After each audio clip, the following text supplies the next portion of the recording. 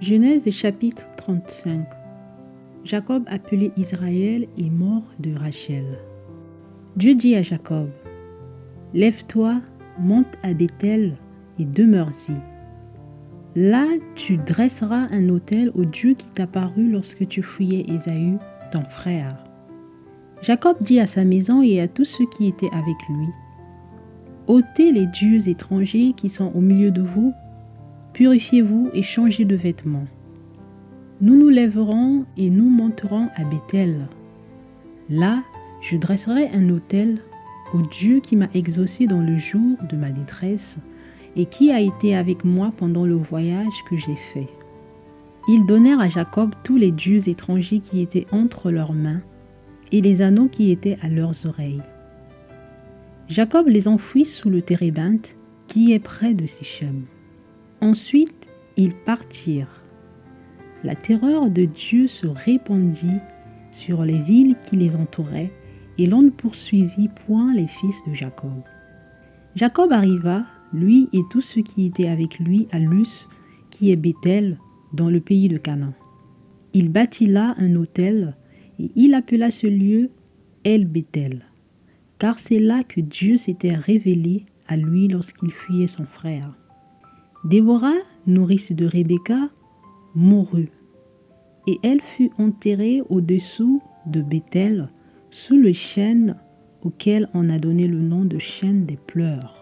Dieu apparut encore à Jacob après son retour de Padan-Aram, et il le bénit. Dieu lui dit: ton nom est Jacob. Tu ne seras plus appelé Jacob, mais ton nom sera Israël.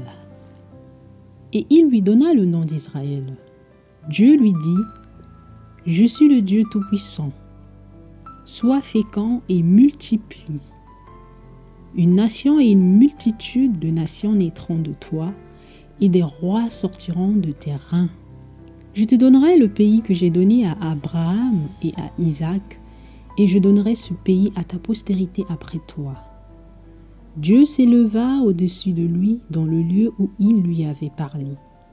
Et Jacob dressa un monument dans le lieu où Dieu lui avait parlé, un monument de pierre sur lequel il fit une libation et versa de l'huile. Jacob donna le nom de Béthel au lieu où Dieu lui avait parlé.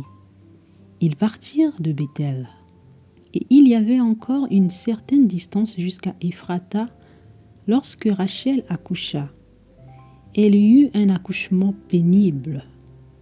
Et pendant les douleurs de l'enfantement, la sage-femme lui dit: ne crains point, car tu as encore un fils. Et comme elle allait rendre l'âme, car elle était mourante, elle lui donna le nom de Ben-Oni. Mais le père l'appela Benjamin. Rachel mourut et elle fut enterrée sur le chemin d'Ephrata qui est Bethléem. Jacob éleva un monument sur son sépulcre. C'est le monument du sépulcre de Rachel qui existe encore aujourd'hui. Israël partit et il dressa sa tente au-delà de Migdal-Éder. Pendant qu'Israël habitait cette contrée, Ruben alla coucher avec Bila, concubine de son père, et Israël la prit. Les fils de Jacob étaient au nombre de 12. Fils de Léa, Ruben, premier-né de Jacob, Siméon, Lévi, Juda, Issachar et Zabulon. Fils de Rachel, Joseph et Benjamin. Fils de Bila, servante de Rachel, Dan et Nephtali. Fils de Zilpa, servante de Léa, Gad et Azer. Ce sont là les fils de Jacob qui lui naquirent à Padan-Aram.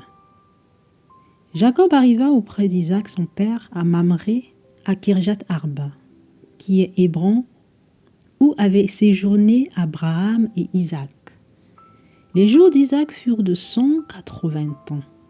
Il expira et mourut, et il fut recueilli auprès de son peuple, âgé et rassasié de jours, et Ésaü et Jacob, ses fils, l'enterrèrent.